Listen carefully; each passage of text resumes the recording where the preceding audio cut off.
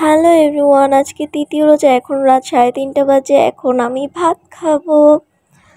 Hello everyone, this is me নীলাশানীলা and welcome to my another new blog.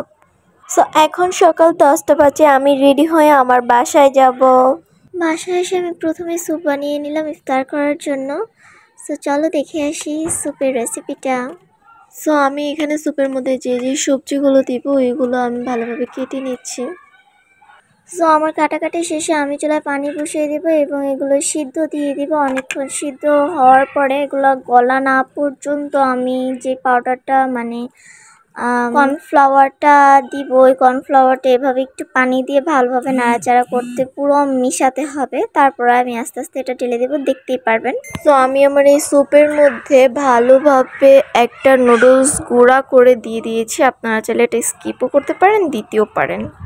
আমার কর্নফ্লাওয়ারটা দেওয়ার পরে আমি এভাবে ডিমটা দিয়ে দিব। তারপর ডিমটা দিয়ে সাথে সাথে নাড়াচাড়া করতে হবে এবং কর্নফ্লাওয়ারটা দেওয়ার পরেও নাড়াচাড়া করতে হবে। আগে কর্নফ্লাওয়ার দিতে হবে, তারপরে ডিমটা দিতে হবে, না হয় এটা কিন্তু একদমই হবে না।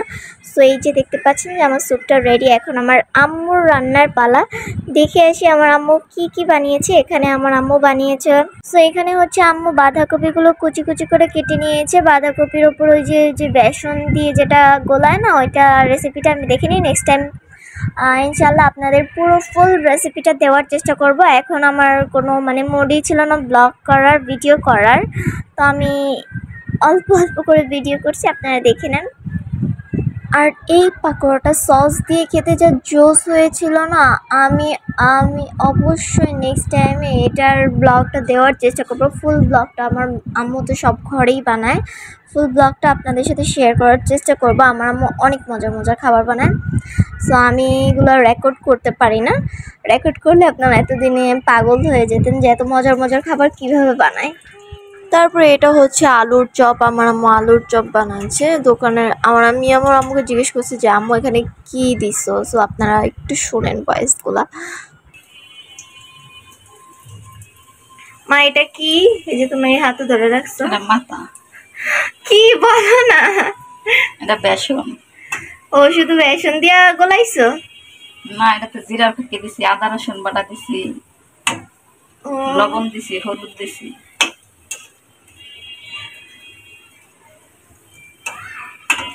মা শুধু বেসন দিয়া গলাইলে হইব না? তাহলে কি গেরান বাস করলো।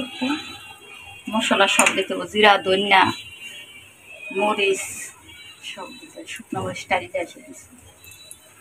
শুনি নাই, আবার বলো। আম গড়া হুদা খায়া দিস আর বেড়া গো হোটেলের ডাল হুদা খায়া। ও বাড়ি হুড়ি। সো এই তো কথা বলতে বলতে আমাদের ইফতার রেডি। খুব অল্প কিছু দিয়ে আজ ইফতার করলাম। আর আমার আম্মু জানতো না যে আমি আসবো বাসায়।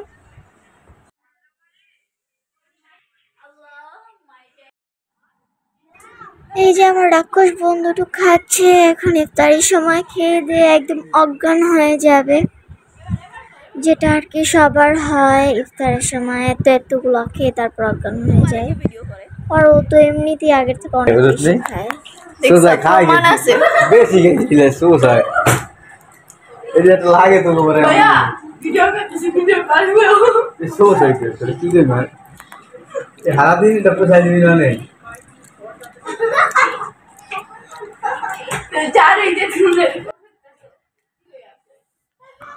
দেখা হবে পরবর্তী ব্লগে। আর অবশ্যই সাবস্ক্রাইব করে পাশে থাকবেন। আল্লাহ হাফেজ, সবাই ভালো থাকবেন।